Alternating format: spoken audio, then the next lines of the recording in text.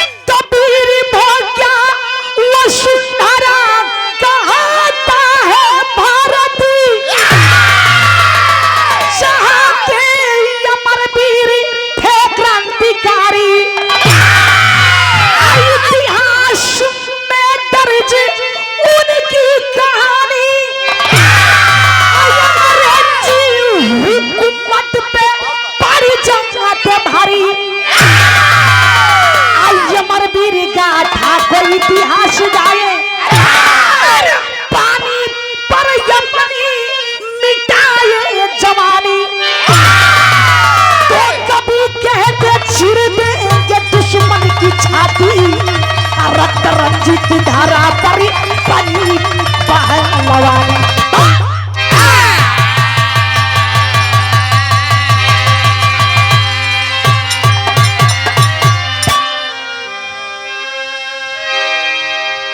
आदरणीय संजय यादव अंधौ से बाबूजी, ये जो हमारे हिंदुस्तान की धरती है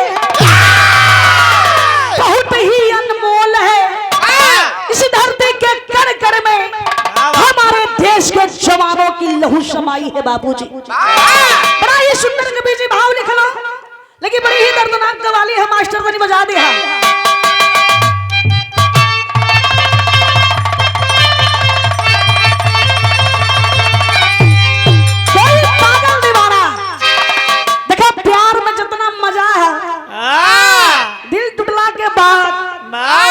दुगना सजा प्यार बार करे के ना चाहिए, लेकिन का करबो हो जाला हो जाला।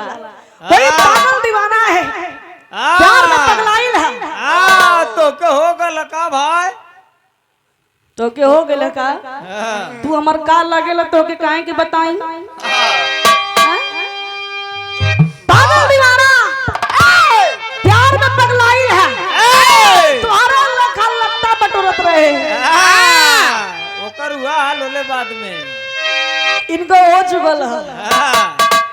दो चार गो गांव का लड़का भेटै ना, पूछे लगल का रे का भई, बड़ी रात रहले वो टाइम। हां मने कली ना मल्ले आज भोग सारे, इनका बात सही है।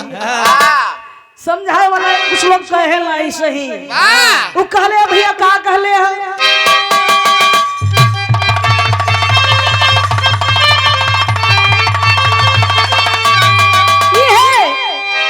ये दुनिया प्यार के किस्से, ये दुनिया प्यार के किस्से,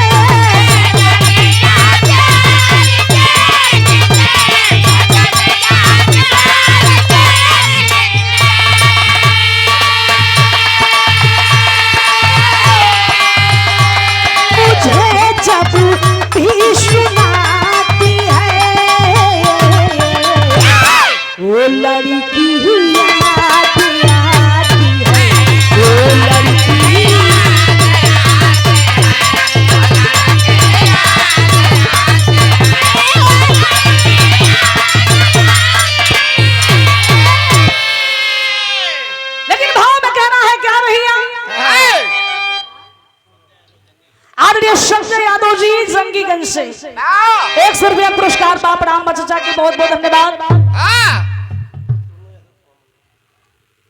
आदरणीय भैया टुन्नू यादव खोआ मंडी से भैया की ओर से 100 रुपये का पुरस्कार प्रणाम भैया के बहुत बहुत धन्यवाद। हाँ भैया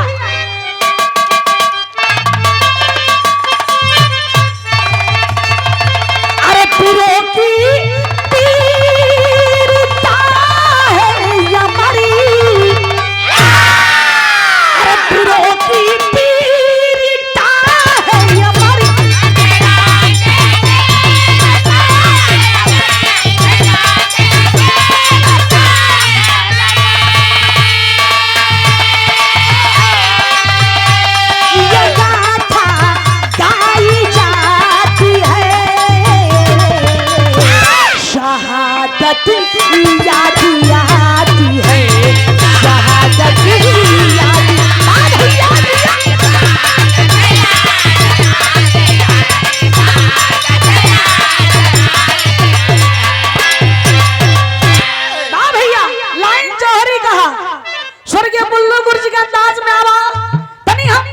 कोशिश करें भैया, 200 निवेदन है, सब पीछे हो जाओ, लग जाइए हाथ पर वो पल्लम करताल पल्लम का लेके पीछे हो जा, खोप देबो बात में देखो भाई, खून निकाल देबा भार भर के, ऐसे आप तो नहीं सर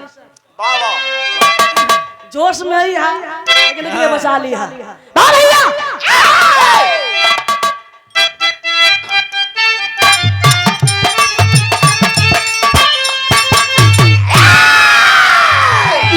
जहाँ की माटी चंदन केसर प्यारी लहराए, हिंदू देश का बंधन सोरा भूले चले हवाएं, बुंदेलखंड के अंदरी है झांसी की नाश्वरी नामी,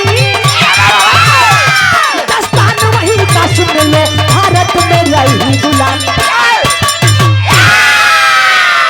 आदि जैसे स्वर्गीय रामदेव गुरु जी के अंदाज में अब उठा के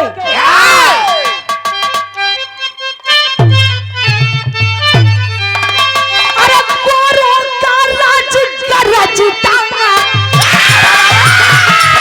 क्रिस्टल चार्ज है या टूटा पहाड़ों की मचाया कर रहा दीवाना खुद करवाता और गोरों को हरा पर लड़वाता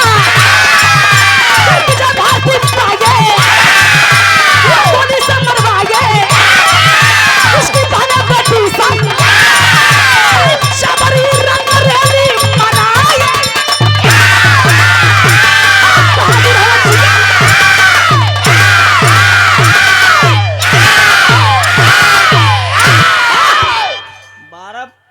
बारह भैया जो सियाए गईला गड़ू पर आग दिखाओ कब्बा से 12 बुलेट दिखाई है जोश इनका। अगर बॉर्डर पे रहल होता ना तो कहिए लहू फेंक के चल गए लता, शहीद में नाम लिखा गए इतिहास में तो नाम आ गए। फेंका वाला बिरादरी है, ले ले भैया ले ले लाइट वाला लाइट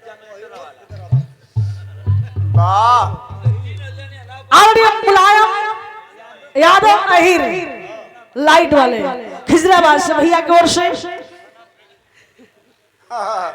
100 रुपया पुरस्कार बा प्रणाम बा भैया के बहुत बहुत धन्यवाद। तेवर बनल रहे बाबूजी, गौर करिएगा, जिस समय की है जिस समय हमारा देश गुलाम था, हमारे देश में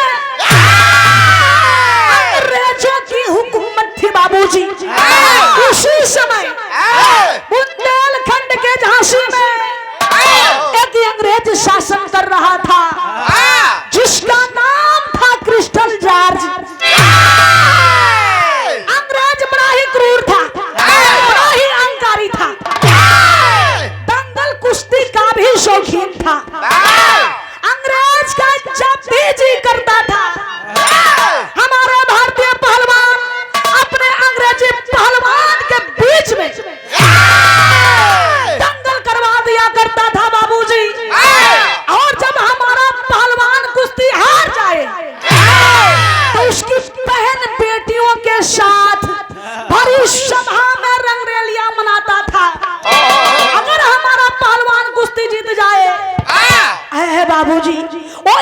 धारा में हो गोली मार दे। पूरा झांसी के लोग परेशान हैं कि आखिर अंग्रेजवा का आतंक कहिया खत्म हुई। लेकिन कहा गया है बाबूजी कि भारत की भूमि पर जब जब आतंक हुआ है, पुरुषों का जन्म हुआ है, वही झांसी का रहे वाला एक शानदार वीर नाम का भैया गीत लग गई बिरहा में।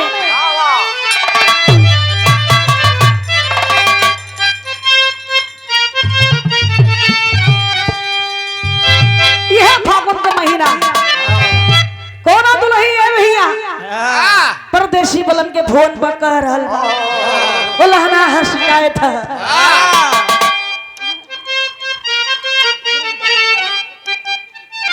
गुरु जी के कैसेट के गीत बा बिरहा में अगर गुरु जी के कैसेट के गीत ना गावल जा बिरहा अधूरा है भैया। आवा कैसे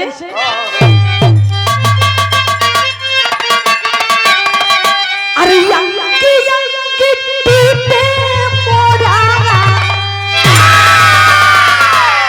अरे यंकी यंकी टीपे मोरा, आहाई दर्द बा बदनवा में, काहे नयला दूल्हा, काहे नयला करे जब आयो शुके फागुनवा में। लेकिन भैया भाव प्यारा कैसे अरे रहले शाश्वत ये बाबू, अरे रहले शाश्वत यादव आ वही झांसी की नगरिया में जौहर समाइल जे करे, जौहर समाइल जे करे यंग यंग शायरिया जौहर समाइल जे करे यंग यंग शायरिया।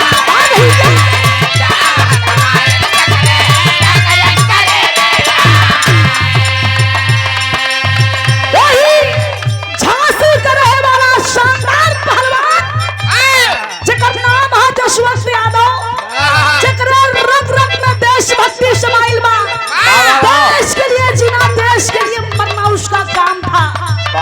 लेकिन जरा गौर करिएगा बाबूजी परिवार में क्या कर रहल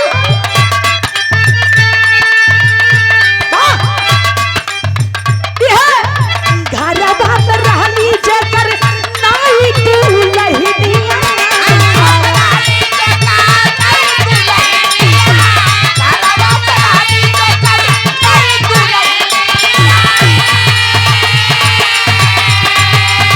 सुंदर सुशील उनकर ये कहीं बहिनिया,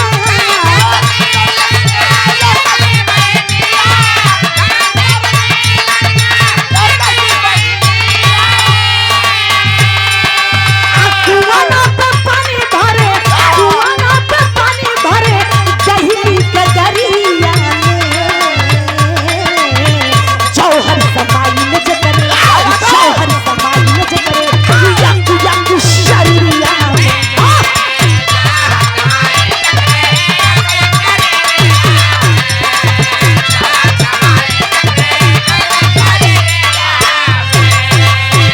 परिवार में जशवंत का दुल्हन मारी जेकर नाम रहल चंदा, चंदा के गोद में 6 महीना का बेटवा बा जिस बेटे का नाम था चंदन, और उस जशवंत की एक ही बहन थी जिस बहन का नाम था गुंजा हो बाबूजी।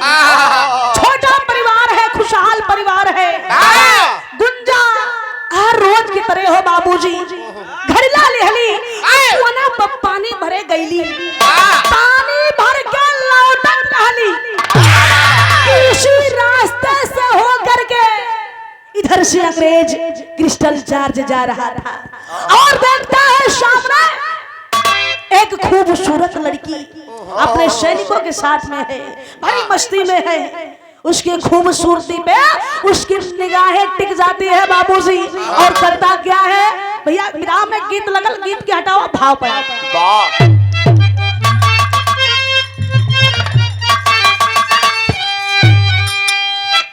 कैसा कि कृष्ण चार्ज पपिया, अरे कृष्ण चार्ज पपिया आहाई देखाला श्री समानवा, अरे सुंदर कोमल सुकुमारी या हो खींचे लागल खाई के चुनरिया।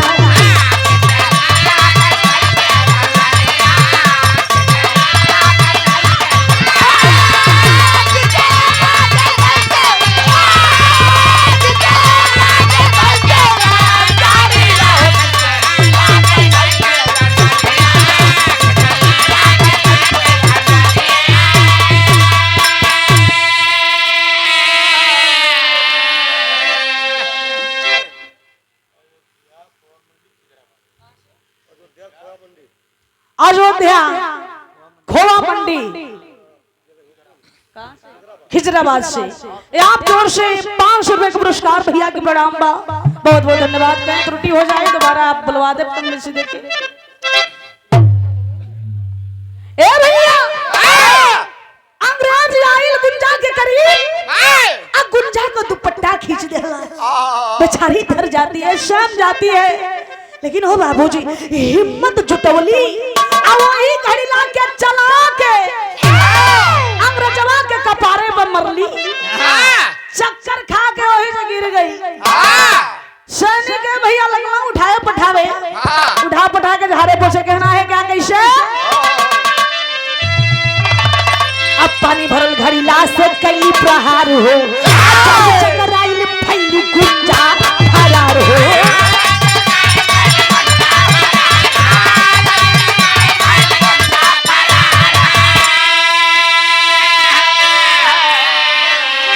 भाई चसवात जकर अरे नाम पहलवानवा, अरे भाई चसवात जकर हम नाम पहलवानवा, अरे पता लगल चौना खारिया लगल भाई के चुनरिया।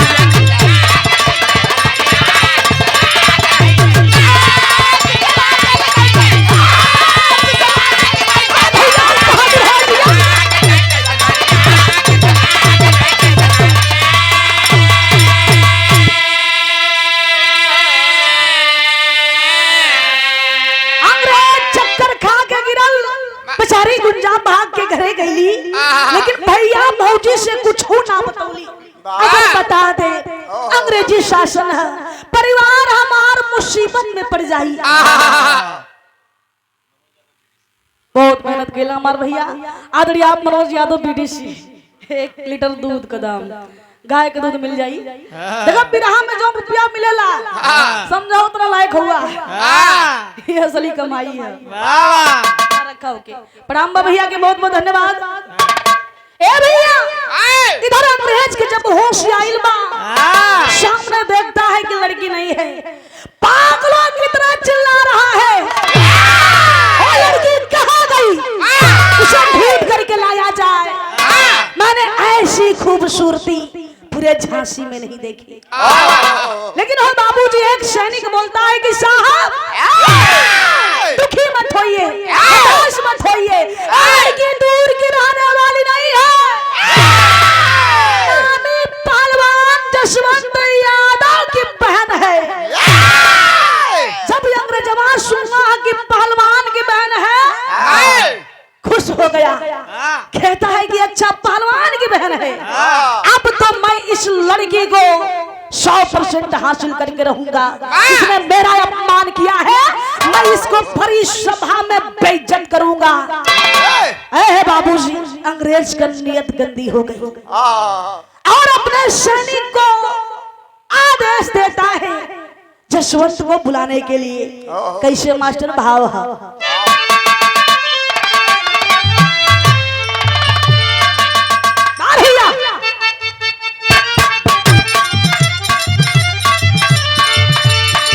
के सिपाही बुलावा ना हो,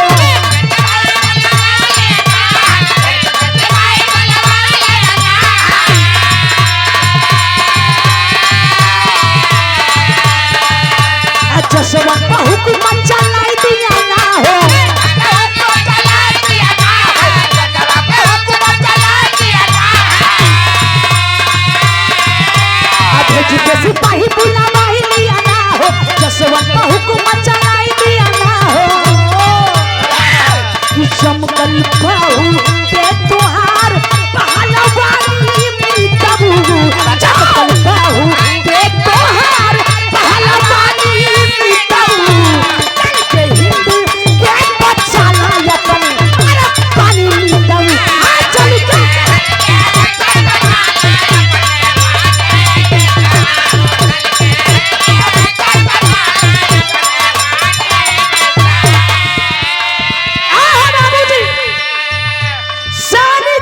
जसवंत को बुलाना आया। जसवंत अंग्रेज के सामने जब आया, अंग्रेज दो गली चाल चल रहा है। एक तरफ अखाड़ा सजवा दिया और एक तरफ अपने अंग्रेज पहलवान को खबर दे दिया भारत में बुलाने को। लेकिन देखा नफरत का बारूद जसवंत के सीना में भरे लगा।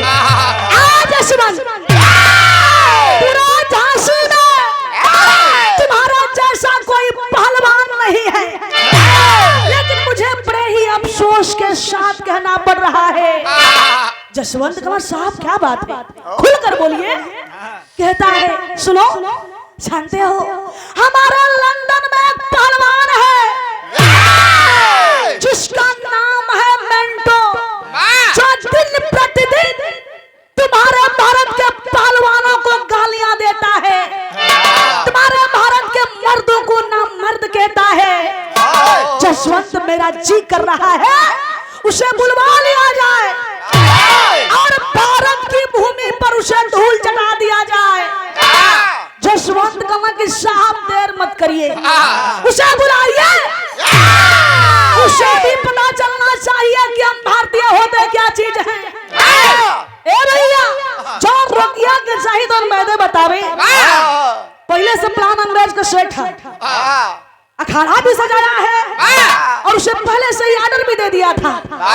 वो मेंटो जब भारत की भूमि पर झांसी में आया है तो बाबूजी कुछ ही देर में देखा दोनों पहलवान आमने सामने हो गए अखाड़ा में।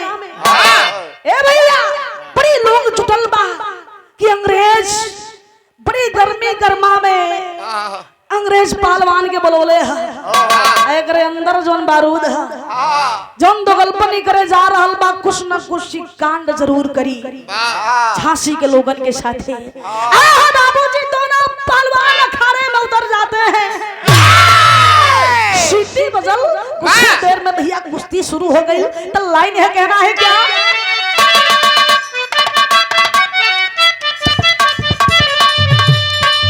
पपिया धोखावा कमाई दिया अखाड़ा सजाई, पपिया धोखावा कमाई दिया अखाड़ा सजाई। शुरू हो गई लड़ाई घमासान तावा, तो पहुंचल बलाई लिए हाथवा मिलाया, तो पहुंचल बलाई लिए हाथवा मिलाई। भिड़ी गईले हमरे हिंद के जवान तावा, तो पहले धारा साही दिहला धुरिया चटाई, मैं तो पहले धारा साही दिहला धुरिया चटाई। लगे ताप के पुआई ले बचा अपनी तोला।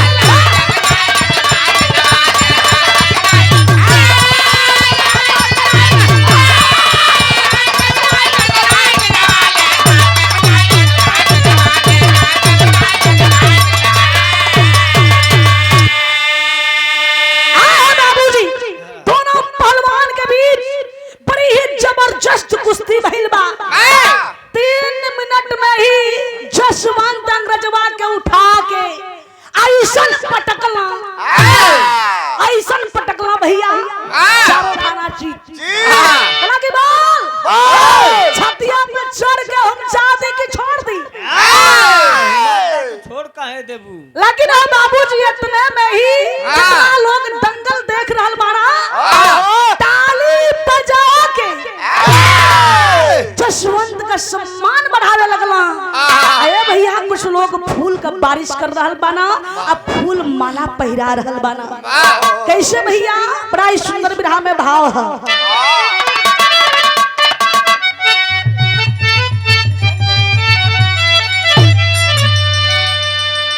कि होला पीरवाना होला पिरवाना काय जैसन पानी तू होला पिरवाना काय जैसन पानी तूफान पीर बंदे मातरम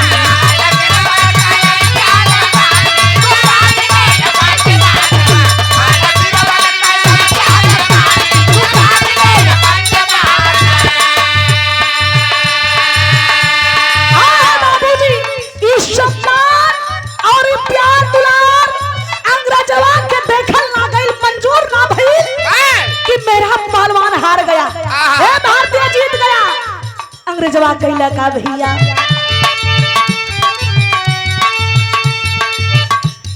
आज जसवंत पति हल्ला पापी गोली चलाई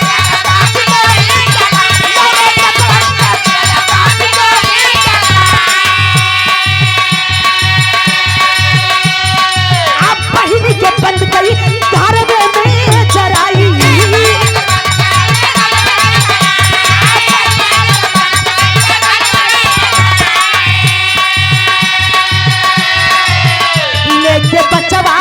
बचवा के भगली चंदा रानी तूफान वीर बंदे मातरम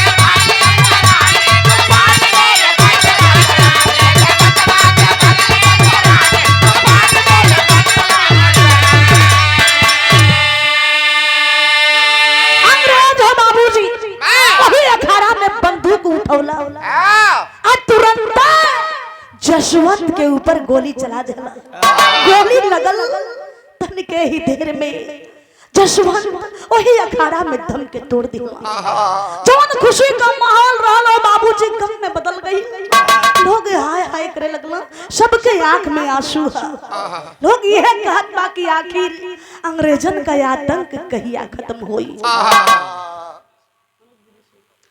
आदरणीय भैया आदरणीय मनोज ए भैया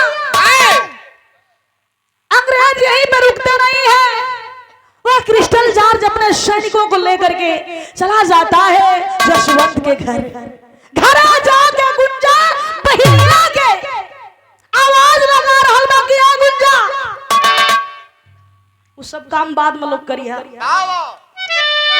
आ गुंजा कहां छुप करके बैठी हो मेरे सामने आ जाओ खुद को मेरे हवाले कर दे बहनिया गुंजा जब सुन ली हो बाबूजी कि दुअरमा अंग्रेज आइल हो समझ गए कि भैया के मार के आइल हो अंग्रेज नहीं तो कोई का हिम्मत ना कि भैया के रहते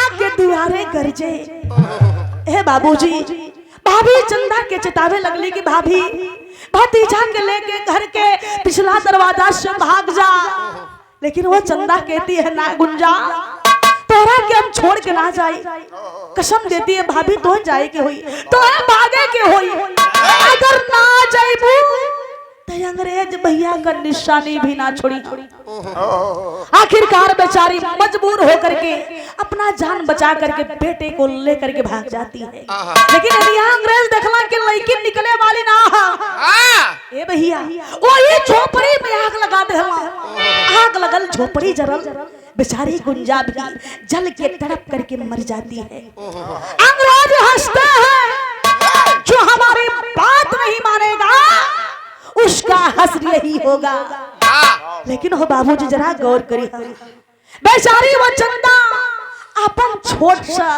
बचवा के लेके कहा अली भैया बिरहा में बड़ी मार्मिक भाव है करुण रस कैसे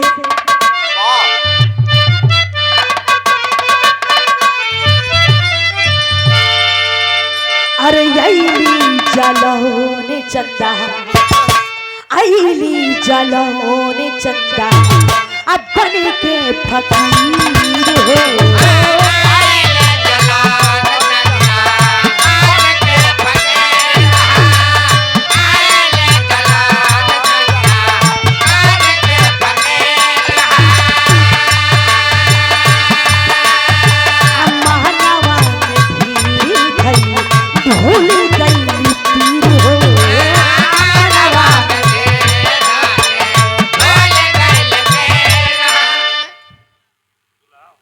प्रणाम बहुत बहुत धन्यवाद बा आदरणीय शहीद पहलवान जी के बहने भी हैं। क्या बात है, जिशन मामा उशन बहने। जवाब नहीं है, बहुत बहुत धन्यवाद। बस आप लोगों का प्यार दुलार चाहिए। आवा कहना है क्या, आईली जलोने चंदा अब बने के फकीर हो।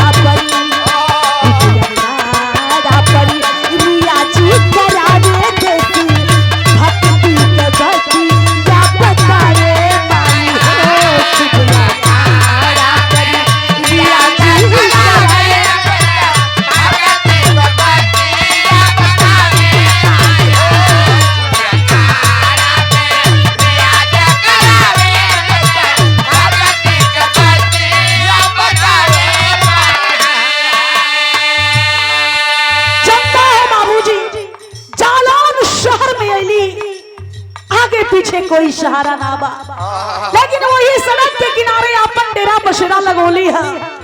बेटवा के लेके भीख मांग मांग के अपन पेट जियावे लगली, बेटा के पाले लगली।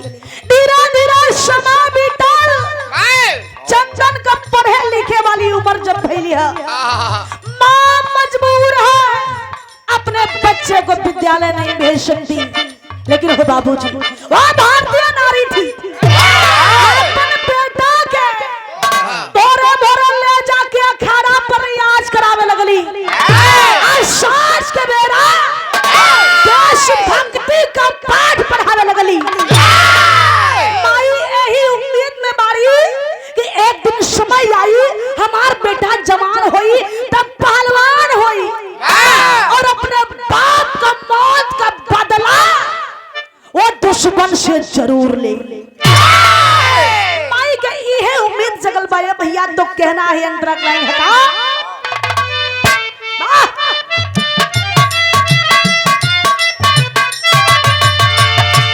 बेटा चंदन नामी पहला वान भइले, बेटा चंदन नामी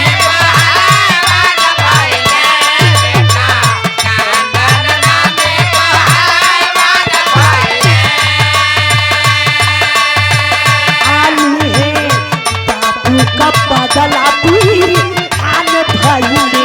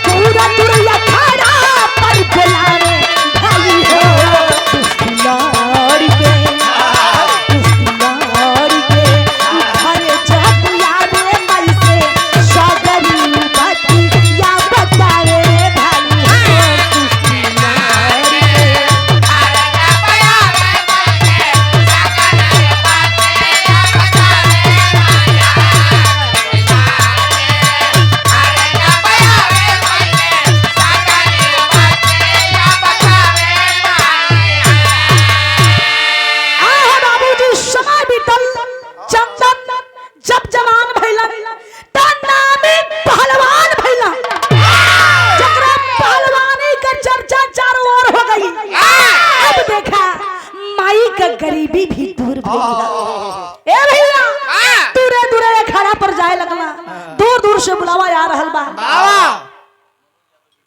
आदरणीय मनोज यादव बीडीसी ग्राम सभा लकोपुर से 50 रुपए पुरस्कार भैया के बड़ा बहुत बहुत धन्यवाद। 100 रुपया। अच्छा अच्छा मिस्टेक हो गई। अच्छा पहले भी नहीं, 216 है उनके बहुत बहुत धन्यवाद मनोज भैया बीडीसी बहुत बहुत धन्यवाद। ए भैया एक दिन के बाद अखाड़ा पर से घरे जब आइला चेहरा उदास बा। माई देखली बेटा का उदास चेहरा दौड़ली है आई है जरा से धूर माटी के पोछत बाड़ी। अब पूछत बाड़ी बेटा तुहार चेहरा काहे उदास बा कहां भइला ए बेटा हमें बताइबा। कहलन माई जाना था जब ये अखाड़ा पर जाइला सामने वाला पहलवान के जब पटक दिला तब कुछ दादा लोग आवेला हमारे पिठिया थपथपावेला लोग शाबाशी देला हो नहार बिरवन के होत चिकने पात बेटा बड़ा शानदार कुश्ती लड़त हुआ। लेकिन माही जाना था एकरे बाद लोग पूछना कि बेटा तेरे बाबूजी का नाम का ये माही नमवा बता दे। फिर लोग पूछना कि का तुम्हार बाबूजी सच्चो का पहलवान रहलन का ये माही हमार बोलती बंद हो जावे एकरे आगे कुछ ना बोल पाई। हे माई त आज तुम्हारा के बाबूजी के बारे में बतावे के होई कि बाबूजी अपने जमाने में करत का रहला। माई जब सुनली माई के बड़ा गर्व महसूस भई। कहली इतना दिन के बाद हमार जवान बेटा बाप के बारे में पूछ रहल बा तो छुपाई बना कि हम बताई। कहली बेटा तुम्हार बाबूजी तुम्हारा लेखा शानदार पहलवान रहला जकरे पहलवानी का कोई जोड़ा ना रहल। ए भैया जब ये बतिया सुनला ना गर्व से सीना चौड़ा हो गई। भाई बाबूजी पहलवान रहला तो अब तक हमसे काहे छुपा के रखलू काहे ना बतौलू। लेकिन माई के तो कुछ और चीज का डर रहले भैया। लेकिन जिस चीज का डर था दूसरी लाइन में बेटवा माई से पूछत बा कि माई ये बतावा बाबूजी पहलवान रहला तब बाबूजी का मौत कैसे भई। जैसे ही बतिया पूछला माई का छतिया छलनी हो गई। माई की आंख में आंसू का धार। कहली बेटा ऐसे आगे तो के कुछ ना बता पाई बे बेटा अब रहे कहला ना माई तोहे बतावे के होई। ए भैया आखिरकार कहली बेटवा से हम कैसे छुपाई अगर ना बताई तो पता नहीं मौका मिली कि ना मिली। ए भैया कहली सुना बेटा जानल चाहत हुआ तुहार बाबूजी अखाड़ा में भैया कुश्ती लड़त रहलन कुश्ती जीत गइलन। एक अंग्रेज तोरे बाबूजी के संगे विश्वासघात कर देला वही अखाड़ा में उनके गोली मार देला। ये बेटा गोली मार देला। ए भैया जब इतनी बतिया सुनला आंख में आंसू है कलेजा फट रहल बा। लेकिन माई से कहला कि माई वो अंग्रेज का नाम बतावा अब भैया जात बानी वो दुनिया के कोना कोना में होई दुश्मन फरिया के आई। माई बेटवा के आंख में वो आग जब देखली खली बेटा समझ गई नहीं कि जहिया मौका मिली ना वो दुश्मन तो से बची ना। लेकिन ए बेटा सही वक्त का इंतजार करा जहिया सही समय आई बताई बना सामने से ले जाके परिचय कराई। बारे बेटा माई का बात मान के समय का इंतजार करे लगला। तो भैया तेरी कलाई नहीं है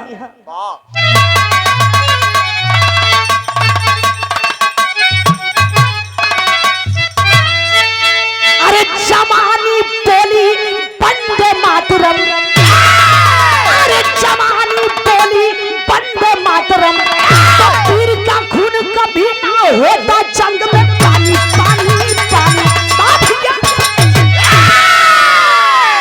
सही समय के इंतजार में बेटवा लगल है बाबूजी। समय बीता और अपने देश में मनाने जाने वाला नाग पंचमी का त्योहार आई है। तो जे वीर होई बहादुर होई उहे बताई जे हमरा पार्टी में वीर होई उहे बताई कि ओ दिन होला का ओ दिन होली खेलल जाले ला देखा साफ पठो अरे पर वो दिन होली खेलल जाले कुश्ती होले बुढ़बा देखा ई वीर हो ई बहादुर हो। हाँ तो वो दिन को रंगवा खेल के पटकी पटका करना। चला भाई तोरे आगे हम जीत ना पाई। हाँ ए भैया नाग पंचमी का त्योहार आइल, जगह जगह अखाड़ा सज गई, पहलवान आवे वाला, हम दंगल कुश्ती होए वाली है। लेकिन भैया माई बेटा के जीवन में बाहर आइल कैसे पहपट गलाएंगे भैया।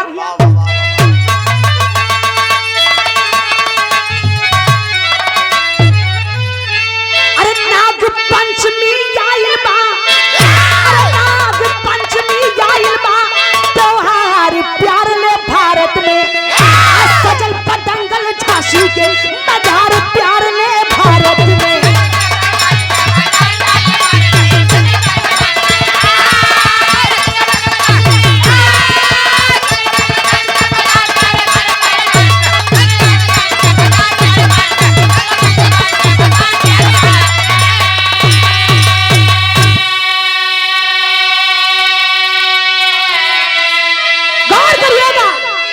झांसी में भी अखाड़ा सजल, आज झांसी से बुलावा जालौन में चंदन बदे आ गई।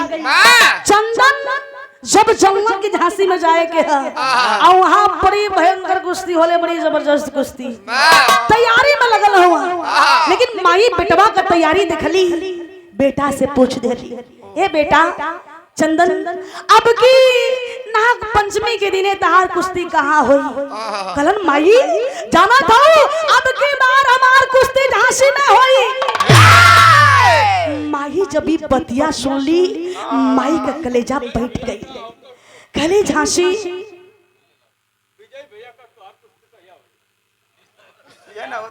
अब तू जहिया करा द। आदरणीय मनोज भैया बीडीसी लोकवापुर से ना, लोकवापुर से भैया की जय हो, विजय हो। अरे हम गुरुजी के सम्मान करी ना, गुरुजी के हाँ हाँ मनोज भैया की तरफ से है, तो ही मनोज भैया हो ना, बहुत बहुत धन्यवाद प्रणाम भैया के। ए भैया माई का कलेजा बैठ गई। माई कहली बेटा झांसी में जइबा थे चंदन सुना, जब जइहा वो दिने हमरो के लेके चली हा। माई के मना करत हो, माई तू का करे जइबू? अरे ना बेटा मना जिन करा, लेके चली हा। ए भैया नाग पंचमी के दिन आई, चंदन माँ को लेकर के झांसी में चल दिया है। लेकिन माई जब गईली हा यहाँ ले घूघट कैले बाड़ी, वही अंग्रेज क्रिस्टल जॉर्ज जो बूढ़ा हो गया है, लेकिन दो गलपन हुए है दो गली चाल रब जी तब तक पूरा। जब देखता है चंदन को बगल में उसकी माँ को भैया कहता है क्या लंदन से आइल रहल ग्रेटर पहलवानवा हो, पहुंचल जलौन से चंदन और जमनवा हो, भैया घरा ऊपर क्रिस्टल करे, अरे ललका यार प्यार ले भारत में, अरे घरा ऊपर क्रिस्टल करे, ललका यार प्यार ले भारत में, सजल बदंगल झांसी के मझारी प्यार ले भारत में।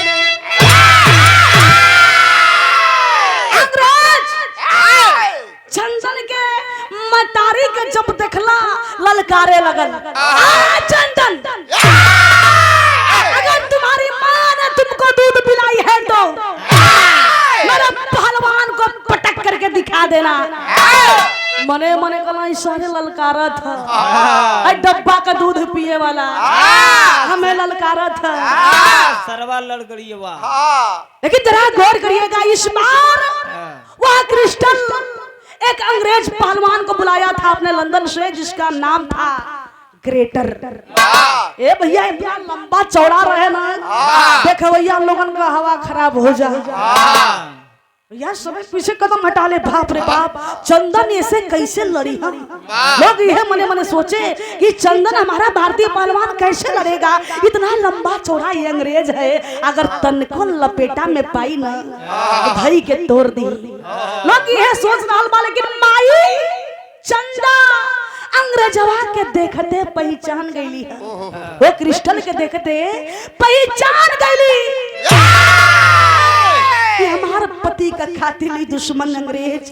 अगर आज बेटवा के सच्चाई ना बताई ना तो दोबारा हमें मौका ना मिली। ए भैया बेटा के साइड में लेके गईली और कहली चंदन कहा माई बोला का बात क्या? कहली बेटा ओ दिनवा पूछत रहला ना कि बाबूजी के मरला नाम बता दे माई। कहला हां माई बताओ के मरला माई के मरलस ओ कौन दुश्मन हमाई? कहली बेटा हो दोसर कोई ना ये क्रिस्टल जॉर्ज अंग्रेज जौनी अखाड़ा सजवैले बा ये तोरे बाबूजी के मार देलस हो बेटा, हमार सुहाग गुजार देलस आ तोरे बुआ के भी जिंदा जला देलस। ये तने सुनत चंदन आग बबूला हो गइलन। अल्लाह के लाइन है भैया कैसे?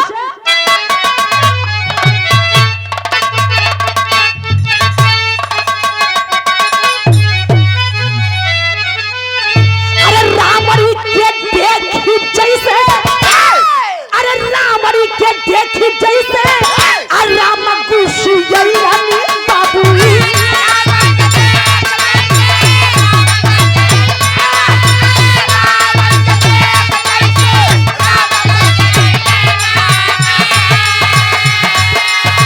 देखी कंसी पापी के हो कृष्ण भगवान। अरे कृष्ण के देखी वैसे क्रिस्टल के देखी वैसे चंदन गरम महीना में बाबू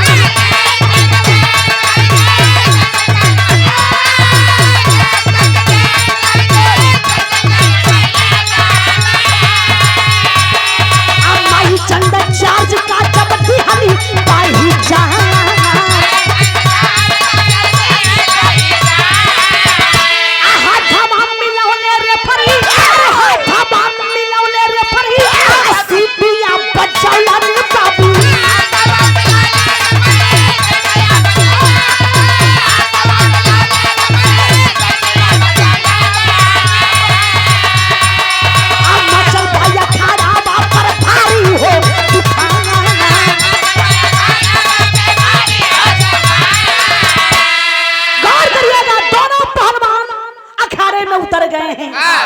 सामने एक और वह ग्रेटर अंग्रेज और एक तरफ हमारा भारतीय पहलवान और कुछ ही देर में सीटी बजाओ लेकिन चंदन के तन बदन में आग लगल बा।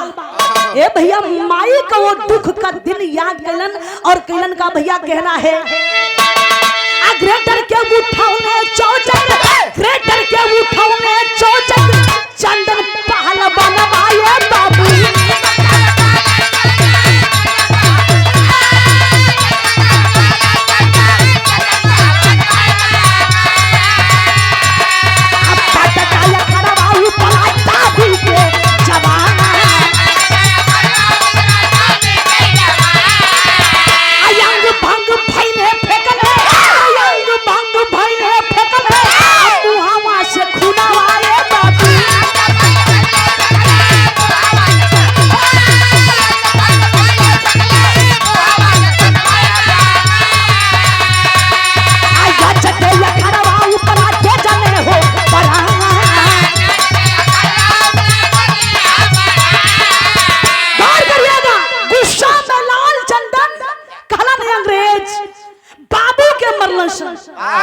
बुआ के जरा दिलन भैया बड़ी भयंकर कुश्ती हो रहा बा लेकिन तन बदन में आग जल लगल है ना अंग्रेजवा के ऐसन धैला ऐसन कस के धैला ऐसन उठा के पटकलन एकदम में भैया बटराए गइलन। इतना ही ना चंदन छतिया में चढ़ गइलन। कहला कि बोल छोड़ दे कि हम चली मत दा के छोड़ू हम चली ए भैया कौन की अंग्रेज हमरे बाबूजी के मार देलस बाबूजी छोड़ देला लेकिन हाय बेटवा ना छोड़ी पटक के तोड़ी आई ऐसन हम चला किसान लेडी बुड़बुड़ बुड़बुड़ हक देना। अरे भाई खून फेंक देला काम खत्म मैंने ललकी पियर की उजर की सब तोर वाली हो गई मर गया अंग्रेज ग्रेटर उसी अखाड़े में है बाबूजी अंग्रेजी सैनिक देखला कहला कि अरे बाप रे बाप, ए भारतीय पहलवान चंदन, इसकी इतनी हिम्मत कि हमारे पहलवान को मार दिया। इतना ही ना साहब जोन क्रिस्टल जार जो ए भैया बंदूक उठौला, आंख लाल लाल कई के नजा रहल बा, इसकी इतनी हिम्मत हमारा पहलवान को मार दिया, जरा भी इसके अंदर डर नहीं है। बंदूक उठा के चलल बा चंदन की ओर आगे बढ़ा था। देखा माई बगल में देख रहल बारी, माई के कलेजा के ठंडक मिलल है। माई गली बारे बेटा बा, घूंघट के हटा देहली, सब तमाशा देख रहल बारी। कली की आवा करीब जा तो आज मौत एकदम तय है। जैसे ही 10 कदम का दूरी रहल चंदन कहला का भैया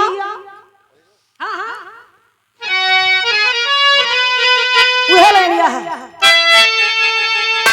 जैसे ढाईली चाहला से हई, अरे जैसे ढाईली चाहला से आई, ये जी फौजी आए बाबू,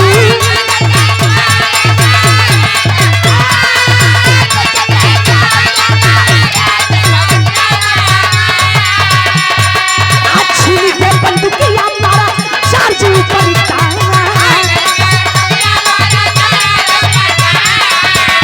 गोलियां लगाला क्रिस्टल, गोलियां लगाला क्रिस्टल, चार्ज मारी गई बाबू।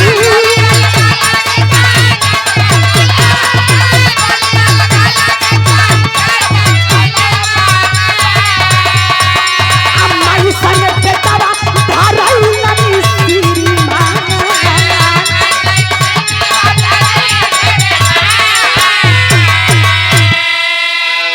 चंदन अंग्रेजवा के आवत देखला 10 कदम का दूरी रहल और 5 का नाई झपट्टा मार के ये भैया वही बंदूकिया के छीन ले हमा, बंदूक छीन के वही अंग्रेज के सीना पर लगा दे, तो 3 गोली उतार दे सीना में।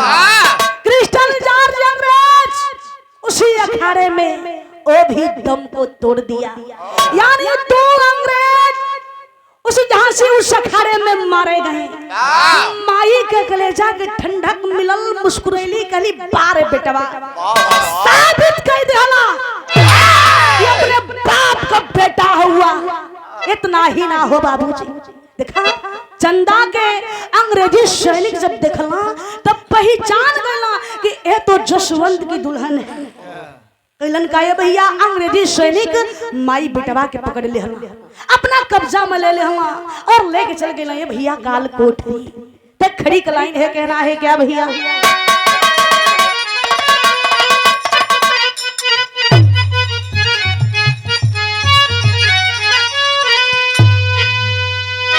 अरे बंदे मातरम गावे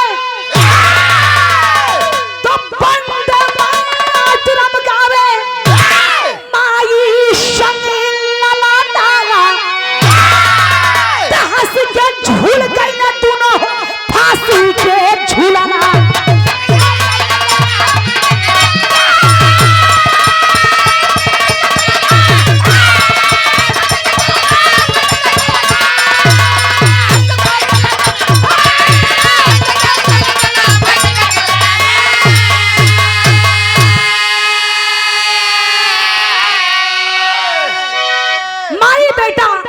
काल कोठरी में हुन फांसी के फंदा के सामने, लेकिन माई कहली बेटा हे चंदन का देख रहल बारा, सपना पूरा हो गया, बदला लिया गई। ए बेटा देर जिन करा, वंदे मातरम के नारा लगा के माई बेटा वो फांसी के फंदा के चूम लेलन हो बापूजी। माई बेटा देश के खातिर कुर्बान हो गई। लेकिन देखा झांसी के लोगन के जब पता चला कि परिवार ए मेहरारू वाला का केहू और कना, 20 साल पहले जसवंत यादव जिकर नाम रहल, जे नामी पहलवान रहल, ई उन्हीं का परिवार हा। ए भैया सभी लोग मिल के और का कहना है, झांसी जिला में बनल सुंदर निशानी, चंदनपुर बाटे मशहूर ने बाजानी, इतिहास भारत के बा का बोले भैया कहा रोकत हुआ? अच्छा अजमावत हुआ तो भैया सुना अजमाला। का करेंगे अजमाला? सुना तू जितने बढ़वा उतना हम चढ़ाव। तो चढ़ के का मास्टरवा का जान लेबू का? मन हम मास्टर पर चढ़े के बात करत हई। गजब गधा आदमी बड़ा भैया, कितना तो हम समझाए। आओ भैया इतिहास भारत के बा, अरे इतिहास भारत के बा, आई सच्चा कहना। अरे मुंह लोग का देखत हुआ? गुरुजी के सामने तू लोग परीक्षा लेट हुआ। सुना मानी ना आप गुरुजी के क्या मुँह चलाई है? ठीक है ना? आवा इतिहास भारत के बा, आई सच्चा कहना। कहाँ से क्या झूल गई ना तू ना हो फांसी के झूलना।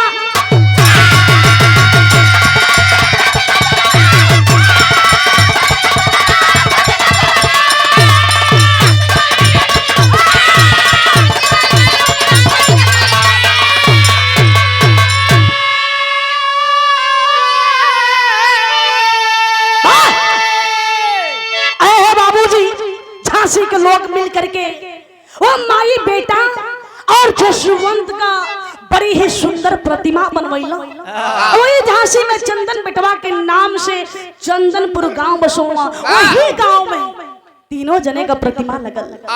बारे झांसी का लोग, अब बारे माई बेटा, बारे जशवंत। तो भैया ऐसे ऐसे वीरों को, ऐसी ऐसी वीरांगनाओं को मेरा सत सत नमन है। लेकिन आजकल का जो वीर हुआ है ये हम तो खाली बस टैटू से चलो था। टैटू बनवा ले हम समझे कि वीर हम। माई डार्लिंग लिखवाओ तुम। देखा देख लेला पार्टी में हमारे जने हुआ। तो आइए छोड़िए ऐसे ऐसे वीर जिन्होंने प्यारों की आहुति न दी होती तो हम और आप अमन चैन के नींद न सोते। हाँ हाँ तोरो बात हम बता देते हैं। वीरांगना भी कम ना है, वीरांगना भी गुरुजी कम ना है। सोशल मीडिया पर लाइव में ऐसा ऐसा नजारा, ऐसा ऐसा सीन दिखावत है। मुसुकिया पर दिल बनवा के डिजाइन। कुछ लोग कमेंट करने की देश इन फलानियों से बर्बाद है। आवा बिरहा समाप्त है। आखिरी लाइन गुरु बिहारी, गुरु गणेश, गुरु रामलाल मुर्मा का चंद्रिका बच्चन के विजय पताका। जवानी बोली वंदे मातरम, अरे जवानी बोली वंदे मातरम। चंचल पाल के बिरहा हो तूफानी, जवानी बोली वंदे मातरम।